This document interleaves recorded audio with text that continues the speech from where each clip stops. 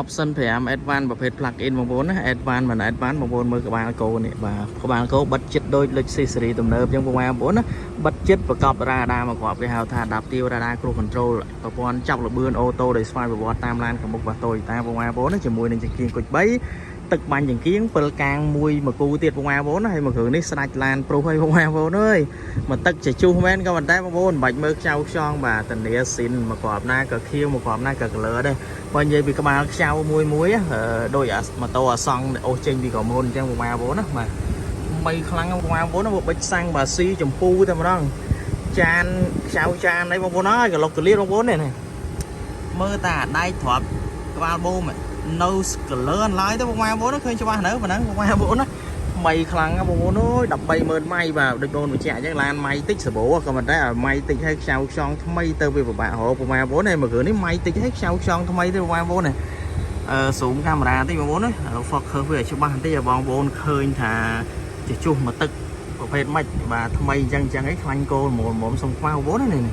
នៅក្នុងកាមេរ៉ាដូចអត់សូវឃើញកលើផ្កាឈូកទេបាទនៅក្រៅបងប្អូនអើយ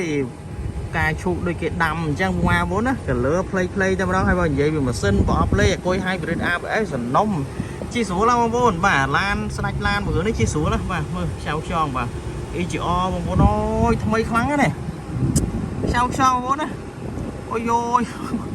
ដល់ថ្មីយ៉ាងពេកគឺថាពិបាកនិយាយដែរបងប្អូនតានាមេឡានជូនបងប្អូនតែម្ដងបាទហើយមួយគ្រឿងនេះបាទ012 option 5 advance នេះប្រភេទ plug in បងប្អូនណានេះមើលបន្តិចបាទយ៉ាងចាំងថ្ងៃទេបងប្អូនក៏ប៉ុន្តែបងប្អូនអើយទឹកថ្នាំតាំងពីចុងកាងដល់ចុងកាងមុខដល់ចុងកាងក្រោយបងប្អូនណាអត់មានបាញ់ទេបើបាញ់ជុះចែងបន្តិចនេះទេបងប្អូននេះ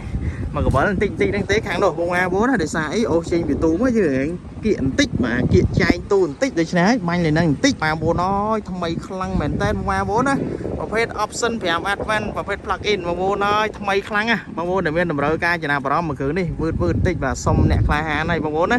សូម្បីតែតែមស្កុតតាគៀបងប្អូនអើយមើលចង់ឃើញទេបាទថ្លាដូចទឹកអញ្ចឹងសបក Yokohama ពីអាមេរិកទៀត Delay 24ថ្មីខ្លាំងបងប្អូនថ្មីខ្លាំងបាទបងប្អូនដែលមានតម្រូវការចំណាប់អារម្មណ៍អាចអញ្ជើញមកបើកសាកឡើងពងឆៃឆេនិយាយថ្លៃគ្នាបានមកស្រឡាញ់បើគ្រឿងក្នុងវិញបើនិយាយបងប្អូនក្រង់ធំដល់ទៅ9 inch JBL slide counter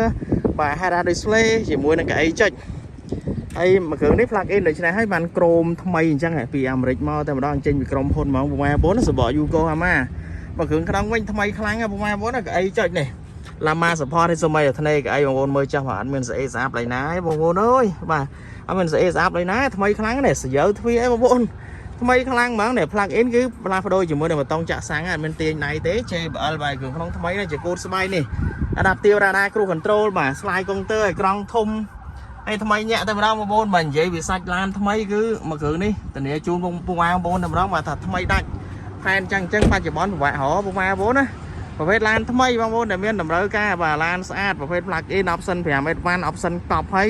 ផែនពិនភាគឡានកប់ទៀតអាចមើលមួយគ្រឿងនេះបានបាទធានាមេឡានជូនបាទអរគុណ